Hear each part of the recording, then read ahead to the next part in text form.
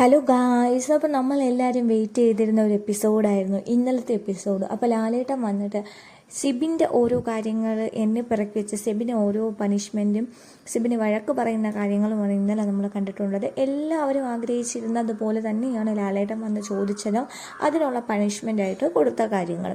അപ്പോൾ പ്രധാനപ്പെട്ട കാര്യം എന്ന് വെച്ചാൽ സിബിൻ ജാസ്മിന് ഒരു ആംഗ്യം ഒരു അശ്ലീലമായിട്ടുള്ള ഒരു ആംഗ്യം കാണിച്ചു എന്നതാണ് ലാലേട്ടൻ പറഞ്ഞ കാര്യം. അത് ഉള്ള കാര്യം തന്നെയാണ്. പക്ഷെ ലാലേട്ടൻ ചോദിക്കുന്ന സമയത്ത് അത് സിബിൻ സമ്മതിച്ച് കൊടുക്കുന്നില്ല. ഞാൻ ആരെയും ഉദ്ദേശിച്ച് കാണിച്ചതല്ല, ആരോടും ആയിട്ട് കാണിച്ചതല്ല എന്നൊക്കെ പറയുന്നുണ്ട്. അപ്പോൾ പിന്നെ എന്തിനാണ് ഇയാൾ പോയി സോറി പറഞ്ഞത്, ജാസ്മിനോട് എന്തിനു സോറി പറഞ്ഞു എന്നുള്ള കാര്യങ്ങളൊക്കെ ചോദിക്കുന്നുണ്ട്.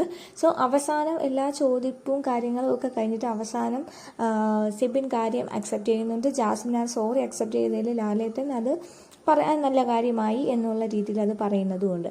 സോ പവർ റൂമിൽ കയറിയതിന് ശേഷം സിബിൻ അവിടെ കാട്ടിക്കൂട്ടിയ കാര്യങ്ങളെല്ലാം നമുക്ക് അറിയാവുന്നതാണ്. അപ്പോൾ ലാലേട്ടൻ ചോദിക്കുന്നുണ്ട്, അർജുൻ്റെ അടുത്ത് ചോദിക്കുന്നുണ്ട്, ഈ ഷോ എന്താണ് ഈ ഷോയിനെ കുറിച്ചുള്ള അഭിപ്രായം? അതായത് ഒരു ക്വാളിറ്റി ഉള്ള ഷോ ആണോ ക്വാളിറ്റി ഇല്ലാത്ത ഷോ ആണോ? അപ്പോൾ ഇവിടുത്തെ പലരും പറഞ്ഞിട്ടുണ്ട്, പലരും എന്ന് പറയുമ്പോൾ സിബിനാണ്, ഇതൊരു ക്വാളിറ്റി ഇല്ലാത്ത ആളുകൾ ഉള്ള ഒരു ഷോ ആണെന്ന് പറഞ്ഞിട്ടുണ്ടായിരുന്നു. സോ ആ ഒരു സ്റ്റേറ്റ്മെൻറ്റ്സ് ഒക്കെ എടുത്ത് വെച്ച് ലാലേട്ടൻ ചോദിക്കുന്നുണ്ടായിരുന്നു. അങ്ങനെയാണെങ്കിൽ നിങ്ങൾ ക്വാളിറ്റി ഉള്ള ആളാണോ അല്ലാത്ത ആളാണോ എന്നൊക്കെ ചോദിച്ച് അവസാനം ഈ ചെയ്ത കാര്യത്തെക്കുറിച്ച് സംസാരിക്കാൻ പണിഷ്മെൻറ്റ് നൽകുകയും ചെയ്യുന്നു. അപ്പം ഞാൻ ഇന്നലത്തെ വീഡിയോയിൽ പറഞ്ഞതുപോലെ തന്നെ ഇവിടെ സിബിന് ലാലേട്ടൻ കൊടുത്ത പണിഷ്മെൻറ്റ് അത് ഞാൻ പറഞ്ഞതുപോലെ തന്നെയാണ്. ഡയറക്റ്റ് നോമിനേഷനിലിട്ടു.